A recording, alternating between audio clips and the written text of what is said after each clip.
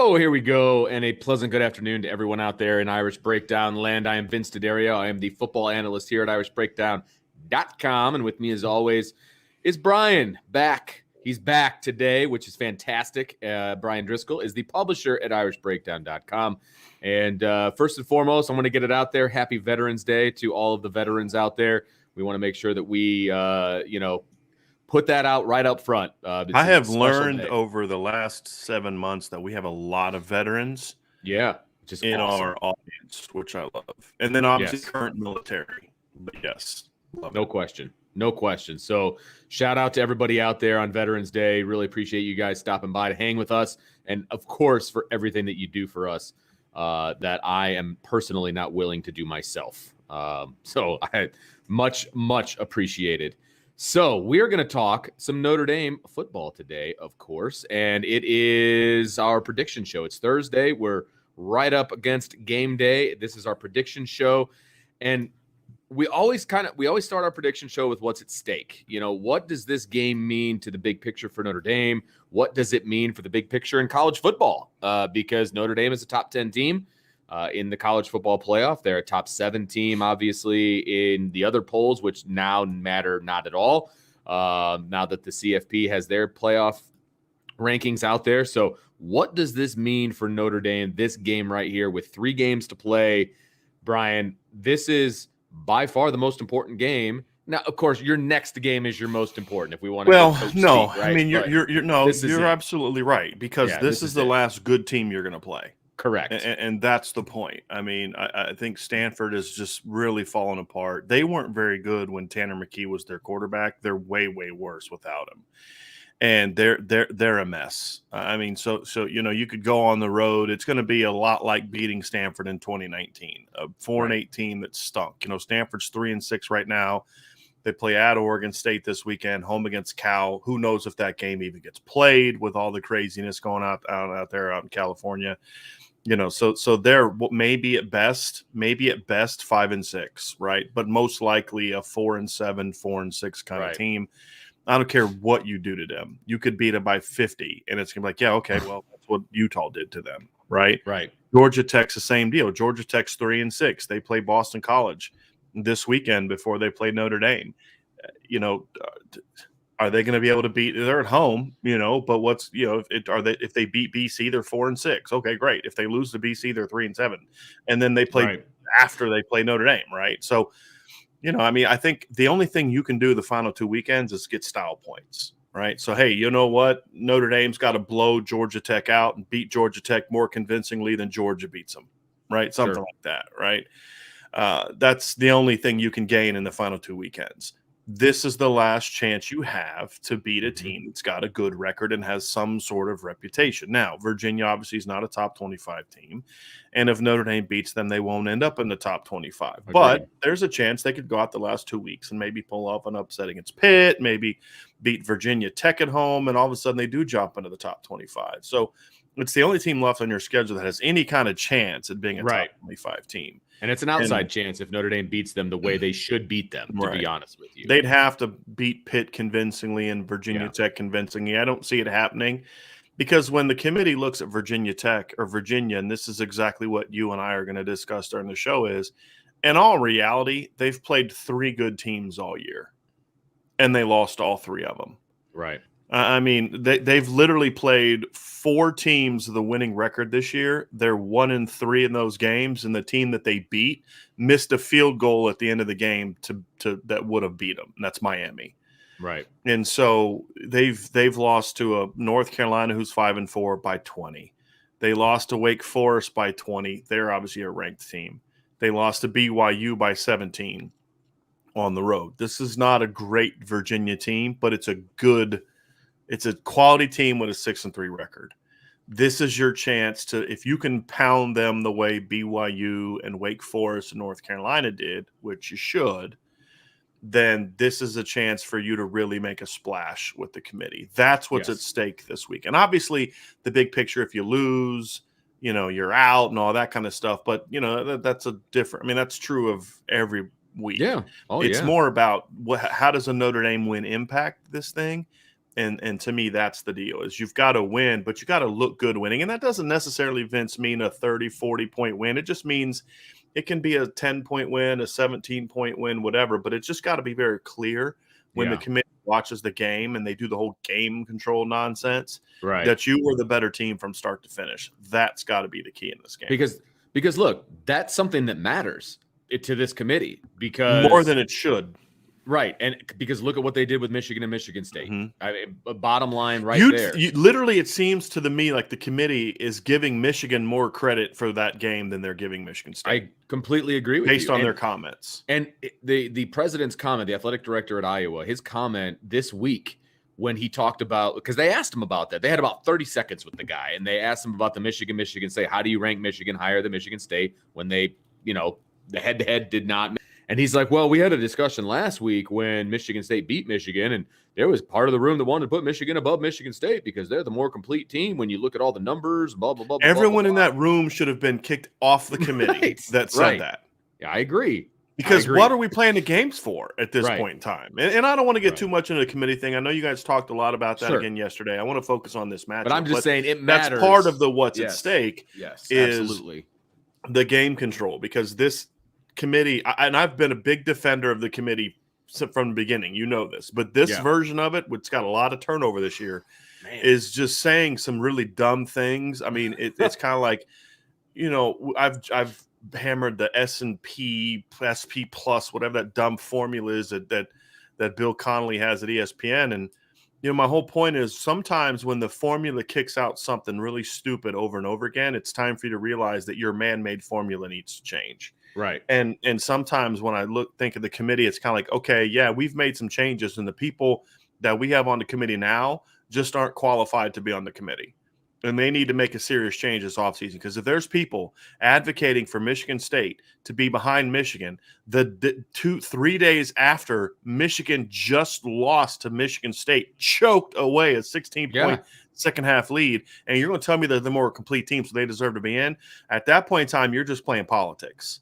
Exactly. Or you don't know what you're doing. And either one is bad, and they need to say, okay, if we're going to have any integrity as an institution, then we need, because what happens is once that toxic culture of how you're viewed sinks in, it's hard to get rid of it. And you have to say, hey, look, this isn't right. We're going to fix this, because we have to care about what our reputation, right? And I mean, I mean, you're always going to have people hammering you, but like the legitimate reputation of, is this a body to be taken seriously?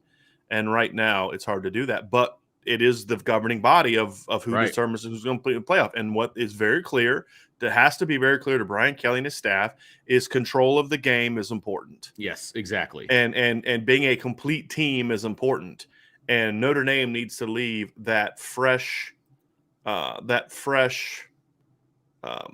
view on their minds of, hey, look what we're doing. We dominated Navy. We're going to dominate. We're going to dominate Virginia. That whole game control thing, because Notre Dame doesn't grade out real high on game control. And you look at the Florida State, look at Toledo, look at Wisconsin, you look at Virginia Tech. There's been a lot of games where Notre Dame hasn't been in control of the game. And I mean, they trailed Virginia Tech more than they led against Virginia Tech. These next 3 games, and you look at the Navy game, have got to be games where their game control ranking goes up because of how they do it. And so you talk about, it's not just about winning anymore. It's about how you win. If your goal is the college football playoff.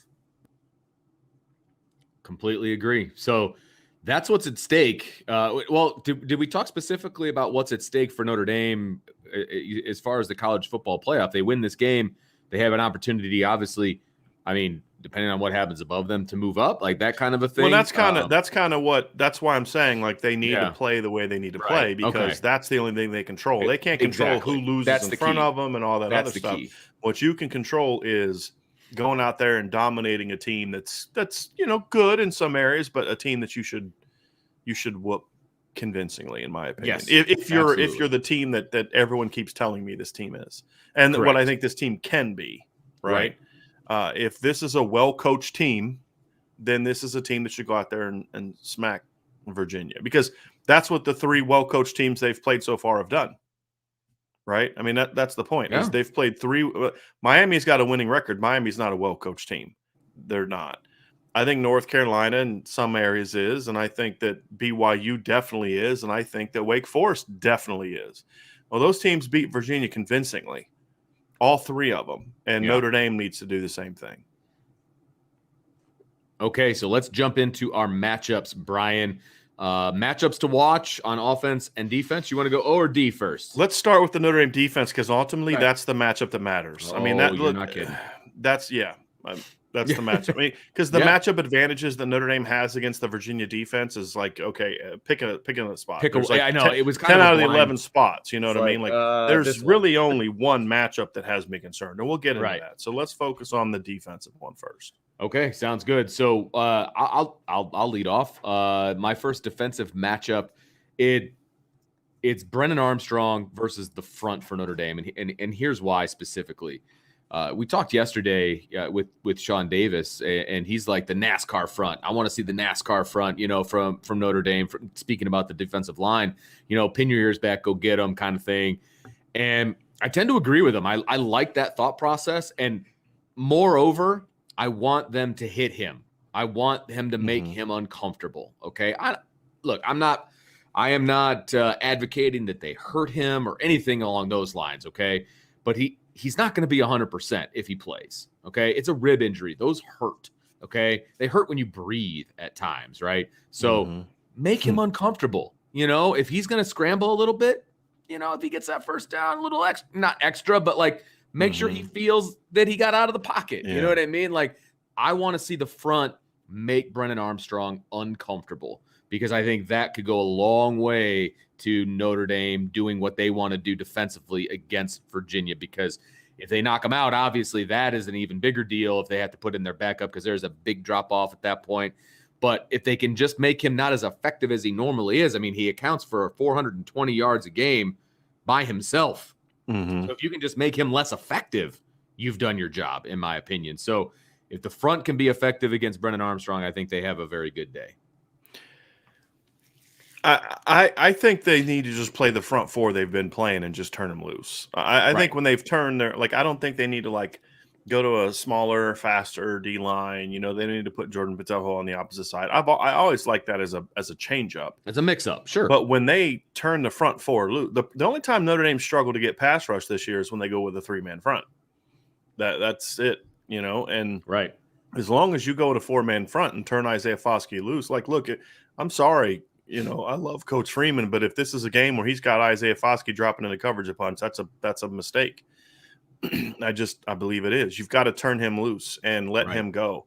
And, that's kind of one of my matchups that I have is not the quarterback versus the front. It's the 2 tackles against the front, because they're not good. I mean, they're not real athletic. The one kid's like 6'10". He struggles to play with the kind of pad level and leverage that you need to play with because he's 6'10". They abused him in 2019. He's been susceptible to giving up hits and sacks this year. They've got to control that matchup. And they've used 2 different right tackles this year, and they've got to dominate that matchup as well. Both of those guys have struggled this year. I'm sorry, they've used 2 different left tackles. Swoboda is the right tackle like he was 2 years ago. But they've used 2 different left tackles this year, and neither of them have played well. They've got to put pressure on the quarterback. The one thing, and it's not so much about hitting Brennan Armstrong, although let me tell you, I was a quarterback that did not like wearing rib pads. I didn't like how they felt. I felt they slowed me down. I felt weird throwing.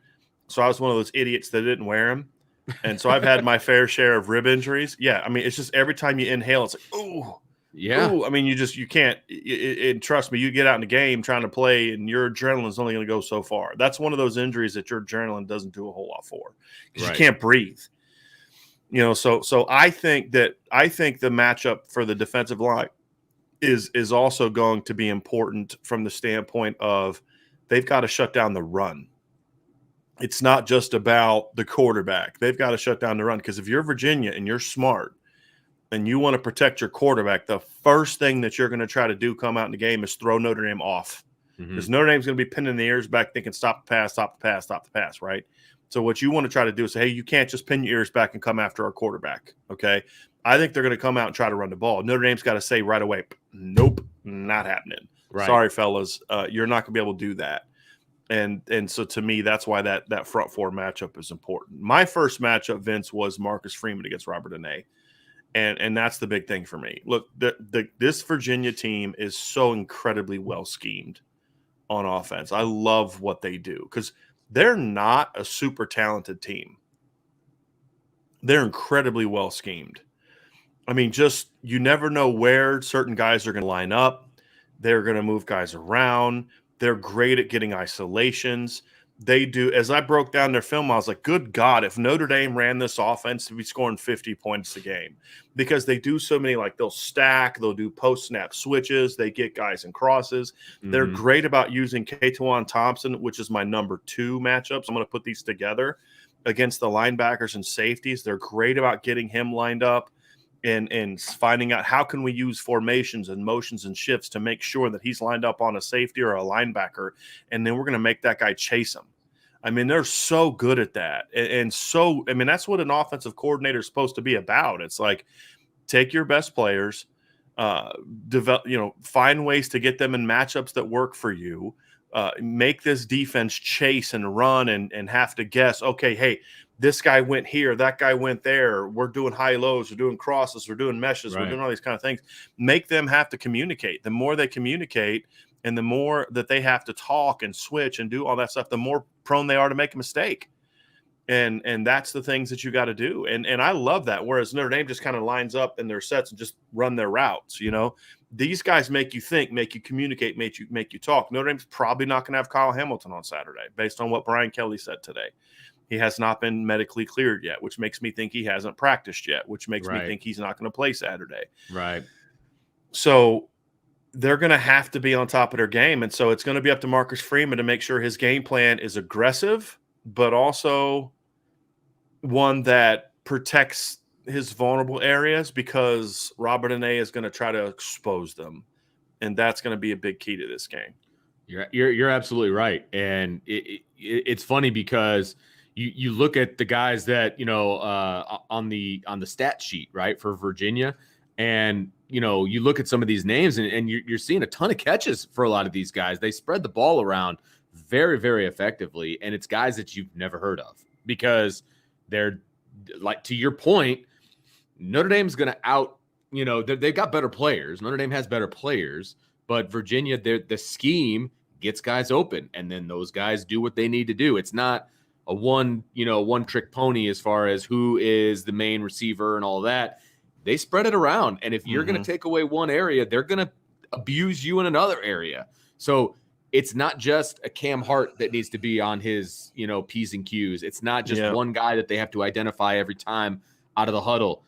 All of those guys, and Ramon Henderson most likely included, they've got to have a good game on Saturday. They have to. Clarence Lewis, Tariq Bracy, Ramon Henderson, Cam Hart, both safeties, they have to play well because they're gonna scheme their way away from Notre Dame's strength. And they're gonna pick on guys. They're gonna pick on the perceived weaknesses. So Notre Dame needs to come to play. I agree with you wholeheartedly. This is gonna be big time on Marcus Freeman to make sure that he's not exposing his perceived weaknesses on defense to Virginia.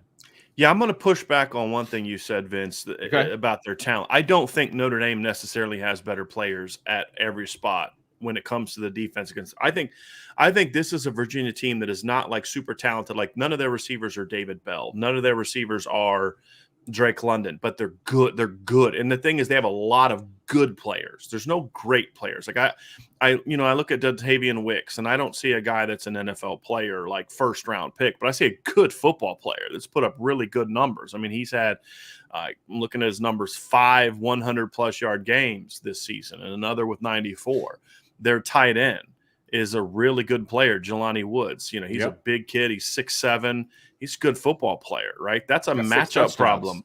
And that's a matchup problem, a 6'7" tight end against Notre Dame 6'1" linebackers. That's a matchup problem. I mean, so there are matchup problems that Virginia can give, which we haven't seen a lot. Because here's the difference between this group and some past groups. There's nobody at Virginia that I think is as individually good as Drake London, Josh Downs, or David Bell. But what I would say is their number 2, 3, and 4 are better than USC's 2, 3, and 4. Their 2, 3, and 4 are better than North Carolina's 2, 3, and 4. Exactly. Their 2, 3, and 4 are better than Purdue had a similarly good deal with their tight end, and Notre Dame had a great game plan against them. But that Purdue offense isn't like the one that we've seen the last couple weeks from them.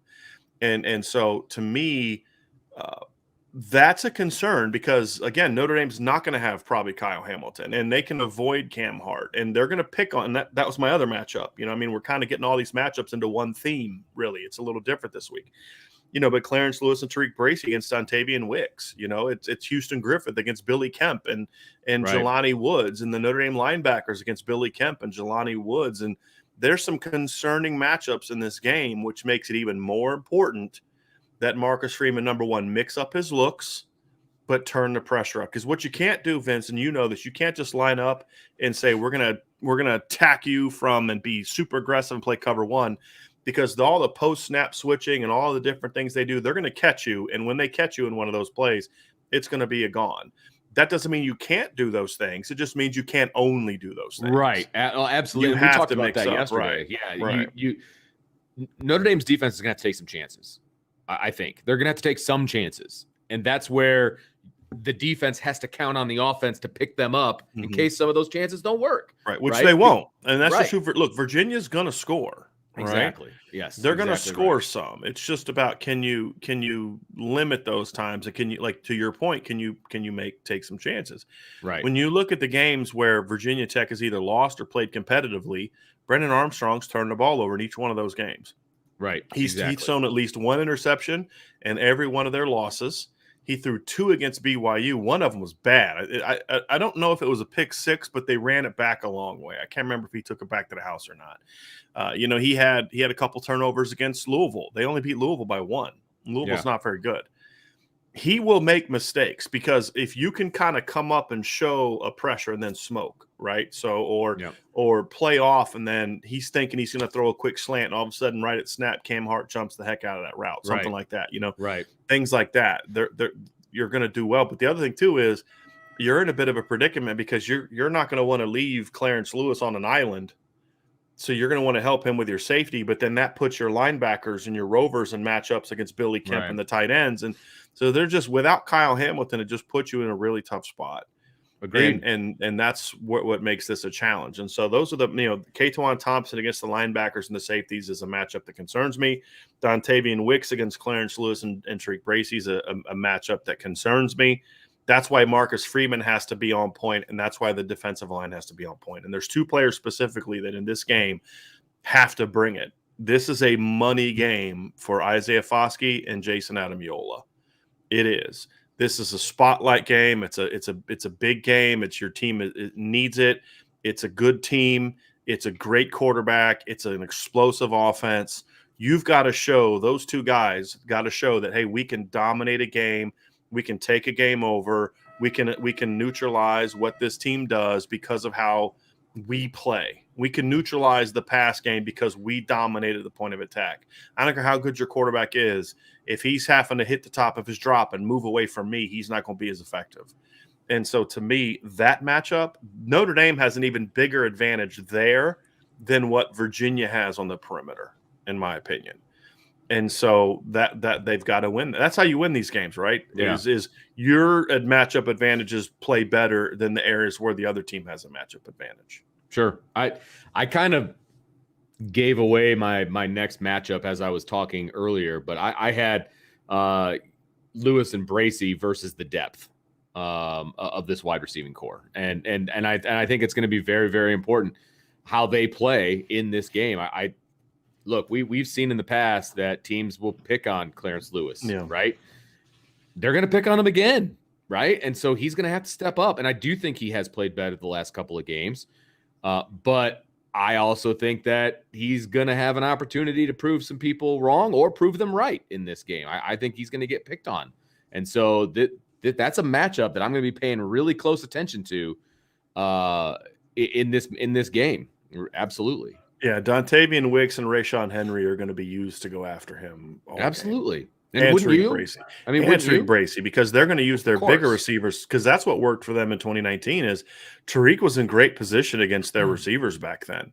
But they just outplayed him for the ball. I mean, they were too big. I mean, I remember watching that and being like, goodness gracious, like they had Hassis Dubois, and Joe Reed, just bigger guys, and they were out muscling them for the ball. Right. They're going to do that again. They have guys to do that again. They're going to do it, and Notre Dame's guys are going to have to make some plays. That's going to be the key. Absolutely. Yep. No question about it. What's your next matchup? Well, it's offensively. It's the offensive line against Mandy Alonso. I mean, I've already kind of gone into all four of my matchups for the defense. Okay. I mean, they all kind of go into one. For me, that's fair. Yeah. For me, it's about moving over to the offense and looking at that matchup. Well, I'll give my last one defensively then. I actually had the safeties versus Jelani Woods, just because I think he is a matchup problem for Notre Dame, especially if Kyle Hamilton's not going to play. Right. And you mentioned him against the linebackers. Of course, the linebackers are going to be involved in defending, a tight end. I put safeties just because the absence of Kyle Hamilton is so huge. Well, it's not going to just be the linebackers. Yeah. And the other thing too is because of the presence of Katuan Thompson, who's basically like a second tight end and how they use him. He's like a big receiver / hybrid tight end. He's like kind of like they use him how Notre Dame should have used Tommy Tremble, right? That then puts you in an even bigger stress when it comes to dealing with Jelani Woods, because you got two big 6'4" guys that can play the hashes and make you chase. And it's a challenge. Yes, no question. It's a challenge for sure. So let's go to the offensive side of the ball for Notre Dame. And like you said, you could just kind of pick many different matchups here, and they're going to favor Notre Dame. You said an offensive line versus Mandy Alonso is my one concerning, troubling matchup, because he's a big, strong kid. He's a good football player, and when he's playing, when they're using him to really attack a line, he can do damage. And he's a guy that can blow linemen up. He's a good kid. Because he's real short. Yeah, and he's real stout, and he can get up underneath your pads. And what's the one thing Notre Dame's offensive linemen have struggled with all season? People getting up underneath their pads and driving them back, especially the right side of the line. And so that's a big concern for me. Notre Dame's going to try to establish a run game, and Mandy Alonso getting up underneath the pads, because you say, well, he didn't have success against BYU. That's because BYU's linemen are well coached and play hard. Right. I don't mean play hard. That's not the phrase that I meant. I didn't mean play hard, because I'm not questioning the desire of the Notre Dame offensive linemen. They're taught to play physical football. Sure, is what I'm trying to say. Okay, so this group is not taught to play that way. They're taught to catch. Well, this is the kind of kid that if you try to catch, he's going to get up in your chest and knock you off the ball. So they're going to have a game plan for him, whether it's running away from him, because he's not really athletic enough, in my opinion, to chase a bunch from the back. He's more of a 3-4 big, 280 plus stuffing end type of end. He'd be more of a 3 technique at Notre Dame. He'd be doing more of Jason Adam. He probably would be playing nose in the Notre Dame defense. Sure. Just the way that it's so he's that kind of tough kid. So to me, that's the one matchup where he could blow everything up in the run game, and all of a sudden you're having a hard time. And really just the whole D-line, because they're big. We talked about this on Tuesday. Right. They are a big group. They are. And Notre Dame's offensive line has not really played well against big guys. So this is a chance for a little bit of redemption to show something. If you can come out and be physical against this group and get movement and open up run lanes and those kind of things, then I'll feel a lot better about that this line truly has turned a corner, because the last 3 defensive lines you've faced are undersized and not very good. This defensive line is not real good based on how they're used, but they are big and physical. They're big. Yeah, they're big. And that's the thing that I want to see. And so that's one matchup that I'm looking forward to. Well, how this team is. I will echo yours and go to mine that had to do with the offensive line. And I wrote down Lug and Alt versus the edge / Alonzo. So you and I were right on the same page on that one. I'm not as worried about the middle, because they do run they run an odd front most of the time. And when that happens, you get a lot of double teams on that nose. And I feel like that plays into the hands of where Notre Dame is actually good in the run game. Now, if they start if they start doing all kinds of crazy stuff, but I don't see them doing that with that big line up front. Yeah. They're more muscle at you, Yeah. power stuff. And I feel like that actually plays into the hand of Kane Madden and Yeah. how they want to play, you know? Yeah, I'm with you. I'm more concerned about whether or not they're able to get off those double teams to the crashing linebackers than I am about the nose. Right. It's more the two big, you call them edge, but you know, the two ends. They're named defensive ends. Yeah. But they're 5 techniques for the most part. But that's what I had as well. So we are on the same page on that one. So would you like to go again, or you want to snake it? Yeah, I mean we do whatever you want, but I'll go. So since you already offered it to me, I will take full advantage of that. I think we talked a lot about Virginia's matchup with their tight ends, and again, I don't even know what I tell you what, Virginia has the best name for a position ever. Oh, yeah. So if you look at how they list Katuan Thompson on the depth chart. Now, just a little background: Katuan Thompson actually was a quarterback recruit. Notre Dame actually looked at him for a little bit. He was more of a running quarterback. He didn't really fit their style. Well, went to Mississippi State, and he's clearly not a, quarterback at this point in time. So, for me, I look at the kid and say, oh, he's just an athlete. Well, his position is FBP, and I didn't know what the heck that meant. And what it means is football player. I love it. And I'm like, it's because it's so appropriate. They'll use him as like lined up in the backfield. They'll put him in like a wing position as a lead blocker. They'll put him in the slot. They'll put him at like sort of a tight end position. They'll line him up as the X or the W. I mean, he literally lines up all over. And he's 6'4", 210. Jelani Woods is 6'7", 265. They're going to use those guys. Well, you know what? Neither of them are still the best player, the best tight end on the field. The best talent on the field is still the kid that plays for Notre Dame. No question. And Notre Dame staff has not done a good job of – they're basically allowing teams to take Michael Mayer out of the game with, hey, well, you know what? They're just they're doing this to Michael, and they're not going to let him play, and he's just not going to, do this, that, and the other. And I'm looking at Michael Mayer the last 3 games, 5 catches for 54 yards, 4 for 51, 4 for 28. He hasn't caught a touchdown pass since the freaking Toledo game. Hey, Notre Dame, you want to know why your red zone offense sucks? Because you don't make Michael Mayer part of it. Exactly. Right? He hasn't caught a touchdown pass since September 11th, right? We're 2 months since Michael Mayer's caught a touchdown pass. This isn't a Michael Mayer problem, okay? And so I want to see the Notre Dame staff use the same creativity that the Virginia staff does to make sure that Michael Mayer is making plays, because if they use him correctly, Michael Mayer can go off in this game, because their safeties and their outside linebackers and inside. There's not a dude that they're going to put on the field on Saturday that can play with Michael Mayer. Right. And if Notre Dame, again, you can't just line him up the same ways you always have, because they will have a game plan for him. You have to get creative with how you use Michael Mayer. And if they can do that and be willing to attack the seams and get him on backside seams, front side seams, get him on deep crossing routes, drags, things like that, then those are things that I believe that you can do to really get him going. And if you can get Michael Mayer going early, maybe it's a situation like a lot of his production comes in the first half, and then they've got to go in, and kind of start it all over at halftime. Hey, we got to do this, this, and this, and then they can take him out in the second half. But the reason I say it's important to move him all around is because then they have to spend more time figuring out how to defend him, which then leaves you with some other opportunities outside. It gives you some matchup opportunities with your other receivers.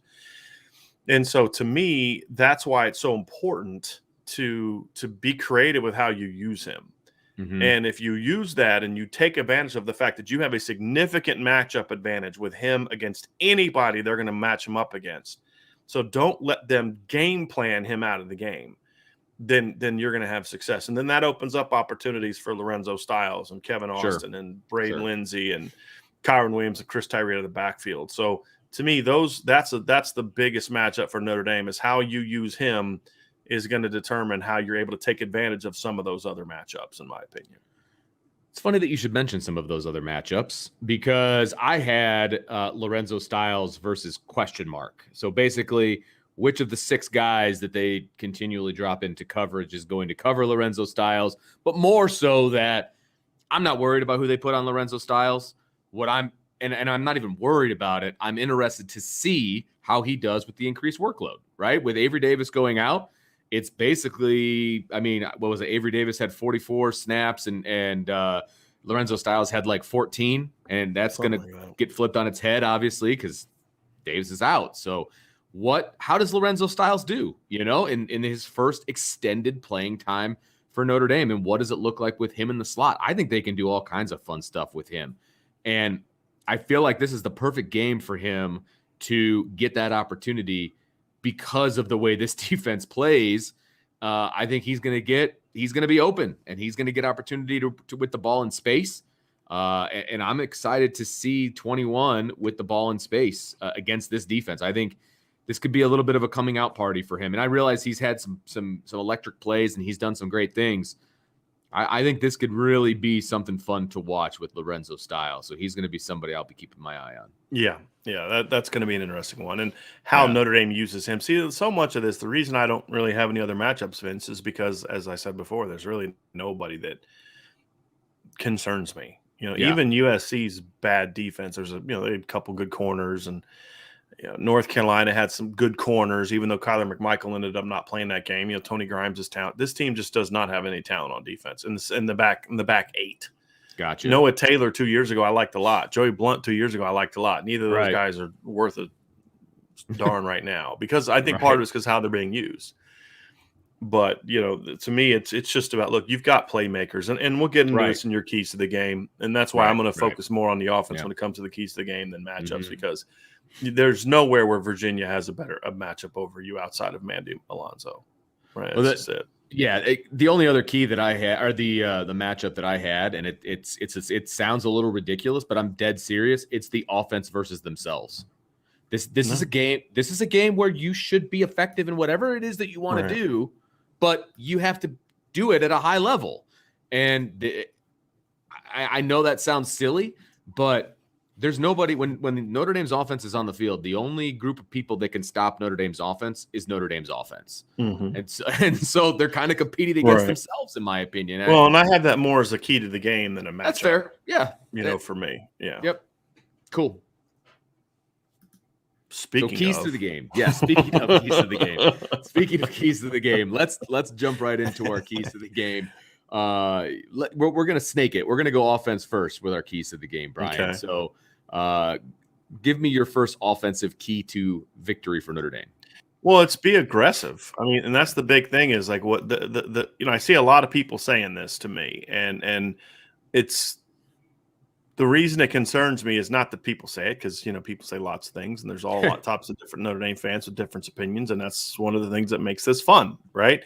Yep. But my concern is this has kind of been Brian Kelly's MO in the past. And so to me, I feel like we're going to learn a little bit about Brian Kelly this weekend too, because a lot of times when they play offenses like this, his go-to has been, well, we're just going to, control the clock and limit the game and all. I mean, not just in the past. I mean, like past meaning the Rose Bowl last year. Right. Exactly. That concerns me. You're way better than they are on defense. You shouldn't be so afraid of their offense that you get away from who you are on offense. Completely agree, because the best defense against this offense is scoring points. That's right. The best assist you can give to your offense is not to slow the game down. It's to go out and freaking score and score early and put them behind. And then you let the defense just pin their ears back and go play. Right. So I want to see tempo. I want to see them taking shots. I want to see them aggressively attacking the perimeter. Use your weapons and all those type of things. To me, that's a big part of what this game plan has to be for Notre Dame if they're going to be successful. Is you have to be aggressive, you have to take shots, you have to attack them, because this defense is not. This is the way they're playing right now. This is the worst defense they have. Mm-hmm. You need to go at it, and that means using all your arsenal and all your weapons, which I'll get into with some of my further points on this.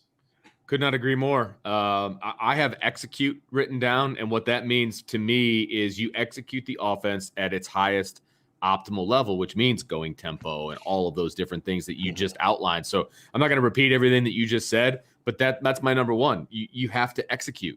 You have to execute, and you have to do what you do to give your defense that assist. We talked about it yesterday in the pod, is that, look, this is an opportunity for the offense to put the game on their shoulders and the defense to let them hey, we're counting on you guys to go score so that we can do our thing on defense. Go do your thing, score when you get the football, and then we're going to be nice and aggressive. We're going to do everything that we want to do defensively. So put this game on the offense. It's on them to score points and put this game away.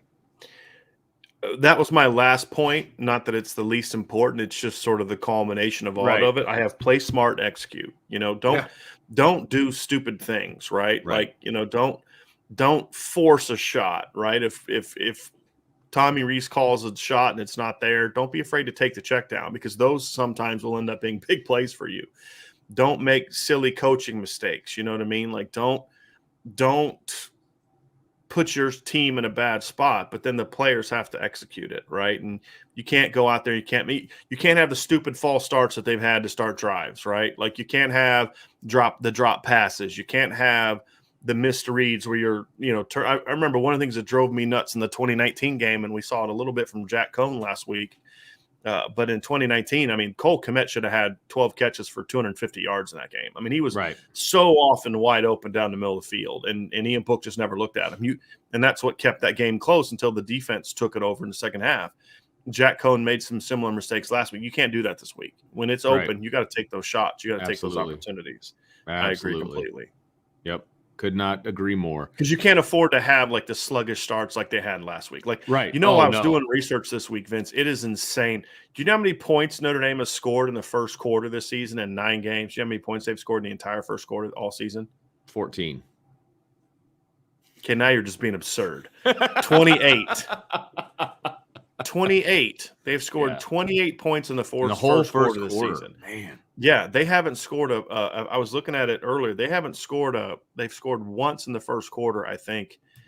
I think North Carolina, they scored. In the second half? First quarter. They scored, I think they scored a touchdown against North Carolina in the first quarter. Before that, they hadn't scored a touchdown in the first quarter since September. Yeah, that's what I'm saying, in the second half of the season. Right. Yeah. So it's they can't afford to do that against Virginia, because against this offense, you could find yourself down 10 points before you finally figure out it's time to play football. Right. And so whatever they've been doing on the script in the past, they need to make sure that it's working and it's getting them points early in the game. They've got to turn that around big time. Absolutely. I think my last key is going to be at the very least, they need a stalemate up front. They need to have a stalemate up front. And because if they can do that, if they can have a stalemate up front, and then they're getting to linebacker depth and just getting in the way, okay, Notre Dame can have a lot of success on the ground, and they can have a lot of success with Jack Cohn getting rid of the ball. So you got to have at least a stalemate up front, and you've got to get loose to those linebackers a little bit. And that's my key. It's kind of self-explanatory. We've talked about it a lot in the past, but this offensive line just, all I need is a stalemate. That's all I need. Yep. And real quick, just to further up on that 28 points thing, 14 of those points came in the first 2 games. So in the last 7 games, Notre Dame has scored 2 touchdowns in the first quarter. That's it. So that, we'll have to see them get better about that. But okay, my next 2 points kind of go together. It's be multiple and keep them guessing. This is not a good Virginia defense.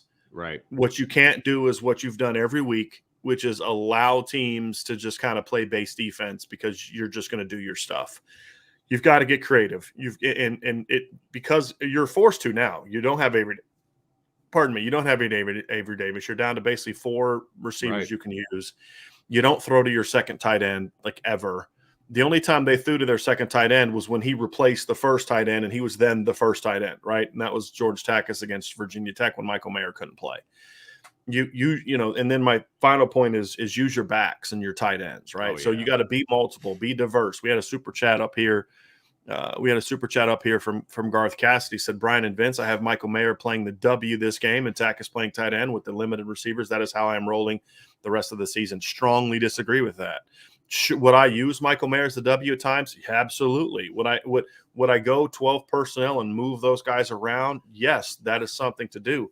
But if you just line up like that all the time, Garth, again, it's the same problem in a different form, right? The problem that Notre Dame has had is when their offense just kind of gets stale. It's just like, you're the W, you're the X, you're the Z, you're the Y. and we're just going to run our pass routes. That doesn't really work anymore. That makes it easy for teams to defend them.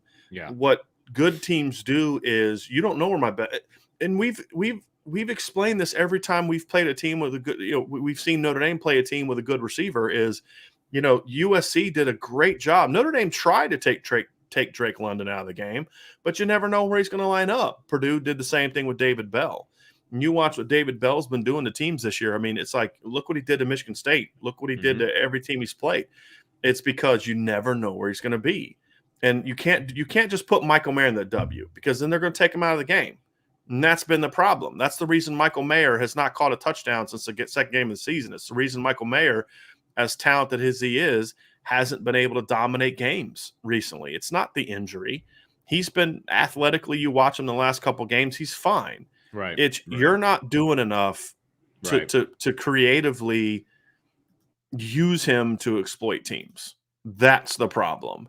Yeah. And that's a coaching thing. They're not being creative. They're not being multiple. They're not being diverse. They're, moving guys around. Hey, I don't know where Kyron Williams is going to line up on this play. Oh, shoot, they're in 3-backs this time. Oh, what? How the heck are we going to defend this? You know what I mean? Like literally just come out one series in 32 personnel, 3-backs, 2 tight ends, right? I mean, and put Mayer and Takis outside and put Tyree and Kyron in the slot and run read zone to Logan Diggs. Or RPO, run inside zone to Logan Diggs, and then RPO the bubble screens off of. I mean, just do some things, run some, motion, do post snap switches, do all that kind of stuff. Because when the few times Notre Dame has done that, gets guys open. Right. I mean, every time. I've had people ask me, like, how do Ohio State receivers get open that much? How does Devontae Smith get that open? Well, part of it is he's a great player, right? But he's not so great that he's getting open by 15 yards. What's going on? Well, you'll watch Alabama play. There are so many times they would motion Devontae Smith in a stack formation and then release him out or release him in, and you just never knew. You got to communicate. You're going to turn guys loose in that instance. And so, to me, that's just, if they're going to get to where they want to get to, right? Because what's the whole point of this? You got to go out and dominate in a way that allows you to impress the playoff committee. Sure. You've got to be able to look back at yourself and say, when have we been at our best? When we've been at our best, we've done this, and do it more. And, if that's what they need to do. So, and we've seen them do it at times. They got to, and look, people, got to comment, need to quit talking about what we're going to do. Okay, then don't listen to the show. I mean, if you don't want us to talk about what we think they need to do, then what are you watching for, right? But here's the point. We've seen Notre Dame this season slowly accept who they are. Yeah. But when they have accepted certain parts, it's worked out. They started going tempo and worked out. Right. Now, within that tempo, they need to accept that there's some other things that they need to do to be better, and then make that adjustment. That's part of being a good football team. Now, these last 3 games of the year, then they need to say, okay, here's what we've been good at. We can't just go out there. We don't have as many players to do all these things. So we got to get creative with the weapons we do have. And I'm hoping, because sometimes when you get in these situations, Tommy Rees is kind of back, hey, I'm kind of backed into a corner. I don't have this. I don't have that. So, hey, you know what? Let's go have some fun with it. Or he's going to get real conservative and be like, gee, I don't have this. And you start making excuses about what you don't have. And so then we just got to do this, hey, look, man, we're in a unique situation where we have no choice but to play 3 running backs. So let's have some fun with it. Right. Hey, we got to play 12 personnel more. So let's have some fun with it, and that's kind of what I want to see from my pushback to the 12 personnel going, rolling with that the rest of the way. It's a real simple response for me. Do I want George Takis on the field, or do I want Lorenzo Styles on the field, or that? Oh, you know what I mean? Or Chris Tyree, or Logan Diggs, or another back. Yes. And again, and look, and Vince is Vince has been a very big pro George Takis guy. It's not about George Takis. It's about they don't use George Takis. Correct. If you're going to go 12 personnel and that's what you want to roll with, like to Garth's point, and Garth says, appreciate the other second super chat, Garth. I appreciate it very, very much. Thank you. Says you're talking like an experienced play caller. I love Tommy Rees, but he's so pro style. He has no imagination like you. I think he does. I just think it's one thing for me to sit here on a YouTube channel and talk about all those things, and it's another thing to sit down and game plan it and install it and teach it and practice it and do all those kind of things. When you have a head coach breathing down your neck who wants things done a certain way. Right. Because here's the thing. I'm my own boss. I can talk about whatever the heck I want to talk about. Whatever you want. Whatever the heck I want to do, right? Right. Tommy Rees is not his own boss. Tommy Rees has a guy who's very much, looking over his shoulder about what they are or not going to do. So it's a different thing. And that's why I haven't been as critical of Tommy Rees as maybe some people think I should be. Because I don't think this is all on Tommy Rees. I think because again, the issues we're having now were issues before Tommy Rees was the offensive coordinator. This is not new, right? To what we're discussing, and in fact, in some ways, Tommy Rees has taken the offense just like Chip Long took the offense forward. In some ways, Tommy Rees has taken it forward in some ways with the tempo and stuff like that. You can, when you listen to Brian Kelly talk about tempo, you can tell that this is something that they had been talking to him about before that he finally gave into. Mm-hmm. And then he talks about like, wow, this is a cool new thing. I guarantee you, this isn't new to Tommy Rees, and this has been something he's been pushing for. So that's kind of my whole point. Is it's easy to just blame Tommy Rees, but in this instance, I don't blame Tommy Rees the way that I do. Maybe people think I should, because I don't think it's just about him. But now it's kind of like, hey, coach, this is what we got to do, and you just got to go out and do it. And sometimes you just got to do it and then say, hey, coach, it's like sometimes it's better to get forgiveness than it is to get permission. Yeah. You know what I mean? Like sometimes that's kind of what I think they need to be. So that's kind of my final key to the game, Vince, is just be multiple, use all your weapons, spread the ball around, but be aggressive, attack. And as you said, you got to execute. I've got one more key to the game, and it's very John Madden-like, and so I apologize in advance. But I literally wrote down score with an exclamation point. And I know that sounds so simple, like that's such a simple key, but they need to score when they have the opportunity to score. Put it in the end zone. You know what I mean? And it's a byproduct of all those other things, right? Absolutely. All those things lead to the fact that you got to score. Absolutely. Yes. There's no reason you can't score against this defense. You have to put up points against this defense. Yep. Defensively, this is where it gets a little bit more interesting, obviously, for Notre Dame in this matchup. What is your first key to victory for the Notre Dame defense? They kind of go hand in hand, Vince, my first couple. And the one is you've got to mix up your looks and be multiple. But at the same time, you've got to be aggressive. You've got to look, I'm not, I've said it a million times, I'm not opposed to Isaiah Foskey playing off the ball, but not playing off the ball and dropping into coverage a bunch. Bring him off the guard. Bring him off the other edge. Put him on. When you do that, when you allow Isaiah to attack, I don't care where you line him up. Isaiah can attack from anywhere. He can attack from the guard. He can attack from off the ball. Just let him attack.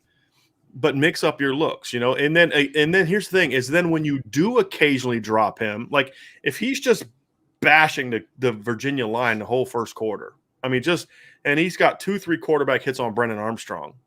When Brendan Armstrong sees him on the weak side, he's like, dude, I'm just throwing this hitch route because I don't want to get hit by this guy again. And then that's the one time you do drop him into coverage, and then bam, he throws it right to a guy. Because if you look at Brendan Armstrong, several of his interceptions have been just hitting the dude right in the chest. Yeah. Because he doesn't see the guy drop underneath the coverage because he kind of locks in and he'll make that throw. And so if you can kind of bait him into some of those throws, you can pick him off. You can force him into mistakes. He did that against BYU. He just didn't see the guy. Just hit him right in the chest. Mm-hmm. And so to me, the more you attack with Isaiah, the more impactful he can maybe be with some of those occasional drops, right? Because it becomes a rarity. Like, oh, I wasn't expecting. He's been kicking my butt the whole first quarter. I wasn't thinking he's going to drop. A perfect example is, and you see the great ones do it. I remember the I think it was the 2015 AFC Championship, and Von Miller's just pass rushing. And then New England's driving, and they dropped Von Miller into coverage. Tom Brady never saw him, and he throws an out cut, and Von Miller picks it off, right? How does Tom Brady not see Von Miller in coverage? Because you're not expecting it.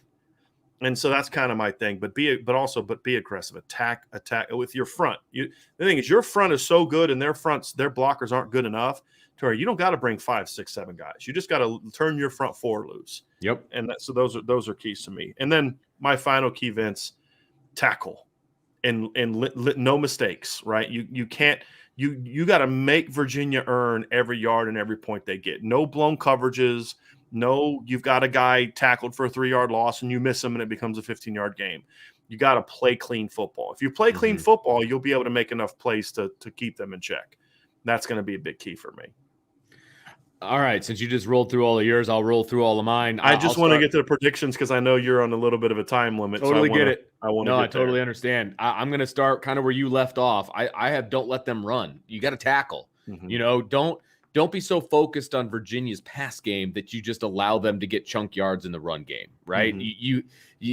They don't run. They don't really want to run the ball. Okay, based on their stats, it's not really something that they even want to do. But don't just put it on a silver platter for them either. Okay, so you have to at least shut down the run, and then you can worry about the pass game, and obviously that's very important. But don't let them run. I said this earlier. You've got to contain and you've got to hit Armstrong. You got to hit him. You've got to make him, maybe even regret playing this week. You know what I mean? Like you've got to hit him. You've got to keep him off balance. I would have said that anyway, even without the injury, because he is so important to this offense. As I said, over 420 yards of offense are from him. Okay. He's very important to this offense. You want to make him uncomfortable. And now that he's not even going to be 100% healthy, make him even more uncomfortable. That's okay. This is football. It's okay to make him uncomfortable. And then my last one is you need to turn Virginia over. They are prone to the mistakes. You mentioned it earlier. Armstrong will throw an interception if he is not just sitting back there doing his thing.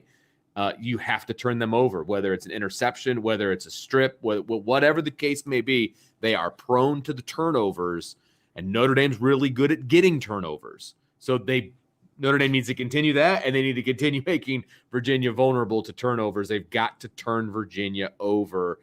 Give your offense a short field, let them go down and put some points in the end zone.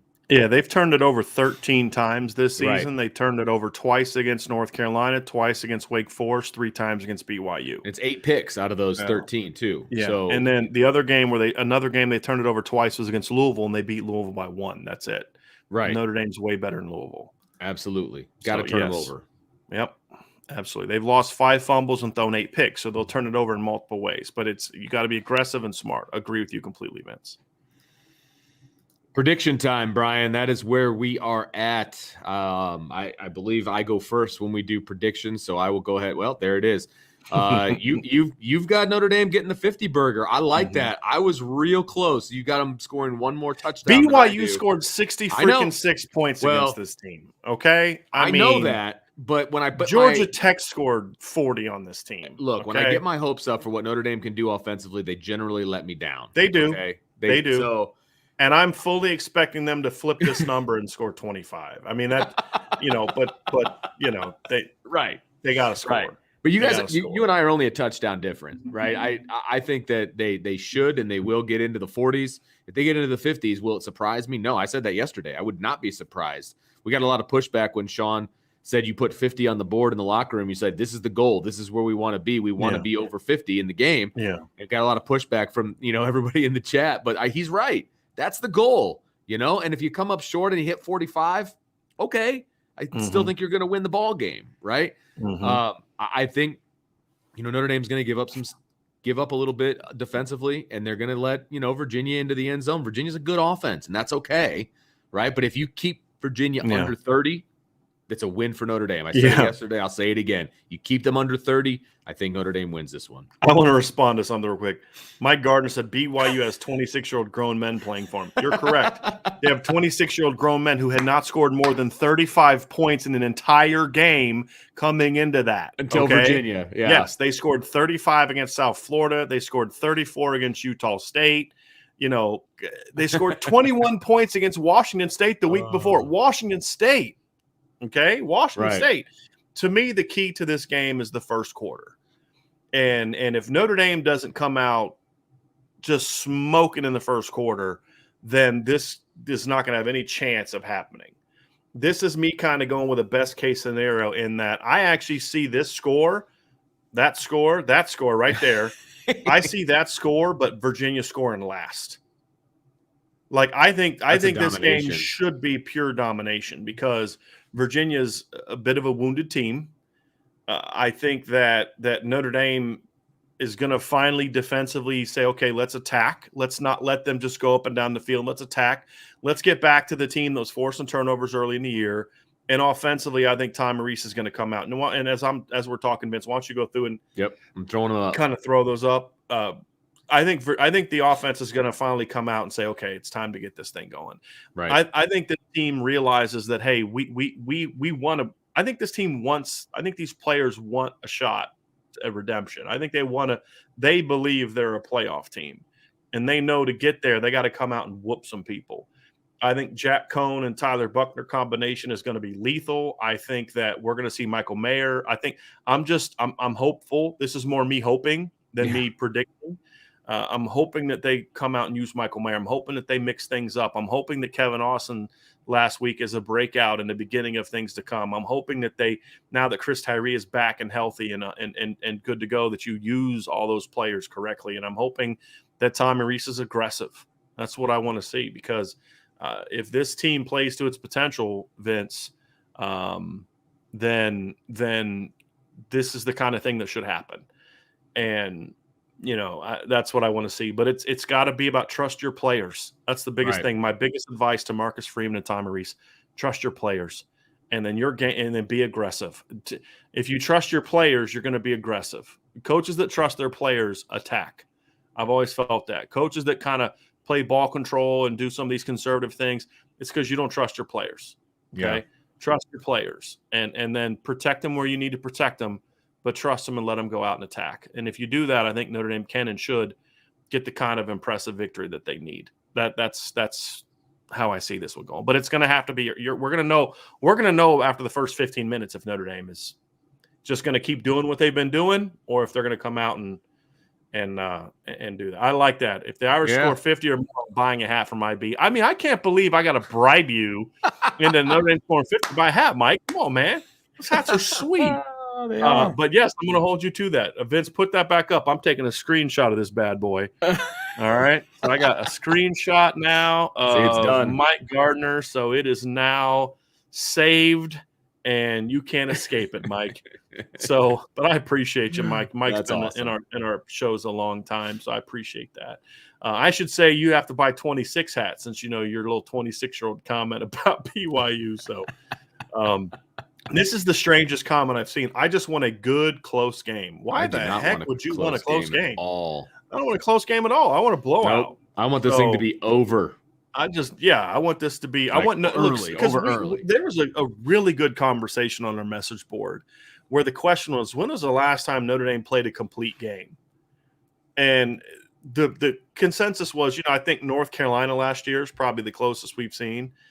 But normally Notre Dame gets at least one complete game a year, at least one, and usually two. And as I look back, I'm like, they haven't had that game this year. They're due to kind of have that game where just it all clicks. Right, absolutely. And this is the perfect game for that. Will this be the game? I don't know. If I knew that and I was a crystal ball and I knew exactly what was going to happen, I'd have a lot more money than I have now, because I'd be a gambler and I would be winning a lot. So, no kidding. But that's my prediction, Vince. I think this is the game Notre Dame kind of puts it all together. I don't think it's even going to be as close as that final score. I think that Cincinnati. Yeah, you can tell who I want to rematch against. I think Virginia is going to score last, and I think the front four is going to dominate. I think that the offense is going to finally open up and explode, and it's going to get Brian Kelly to realize, hey, we can be this kind of offense, and let's really turn it loose the rest of the season. That's more wishful thinking than it is a prediction, if I'm being completely honest. Yeah, we can all dream. We can all dream. Yeah. So anyway, that's it. That's going to be it for today's show, everybody. Appreciate it. We're going to have our mailbag tomorrow. Hit the like button, hit the subscribe button, hit the notification bell, leave us a 5-star review, sign up for the message board. Boom. Get your discount on Built Bars, all that good stuff. Vince and I are going to have a conversation about we may do something different for next week's mailbag. So you may keep your eye out on that, but Vince are going to talk about that. But tomorrow's mailbag is going to be just like normal. We're going to have a post-game show on Saturday. Vince, will you be at the post-game show on Saturday? Will you be part of the post-game show? This Saturday, yeah. We'll have a post-game show this Saturday after the Virginia game. So that's why you need to hit the notification bell, so then you know when we're going to go live. And, of course, Sunday night we'll have our Upon Further review. So thanks to everybody so much for being with us today. It's a lot of fun. Thanks for the good wishes. I promise you I won't be eating any Chinese food for any time soon. So not going to be doing that anymore because that wasn't fun. But I'm back. I'm good to go. Appreciate everybody checking on me. Have a great rest of your day, and we'll talk to you again very, very soon.